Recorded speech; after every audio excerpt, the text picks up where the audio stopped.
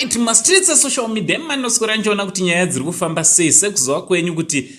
kune nhange mutange kana kuti mujaho muyo uchazozadziswa kana kuti uchazenge uchitambwa zvakanaka 2023 handiti munguva dzakaita sedzinoidzi kune ma-elections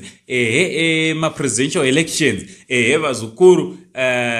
so pane kavidhio kandoda kuradzai umwe wevari kukwikwidza kana kuti vari kukambenawo kuti vange vari vanopinda vanova vaNelson Chamisa avo vanotungamirira bato rinonzi iro CCC vaChamisa vakazoenda kubhinga aiwa munhu anenge ane sapoti yake handiti umwe nomwane vake vanenge vachimuda zukuru ameno kuti gore rinouya kuchange kwakamira sei pane pachitatsurana mapato makuru akaita seZANU-PF, CCC neMDC Alliance pamwe nevamwe vakasiyana-siyana vamwewo vanozvimirira ma-independence. Asi ndisanda kuradzai kavidhio kandoda kuradzai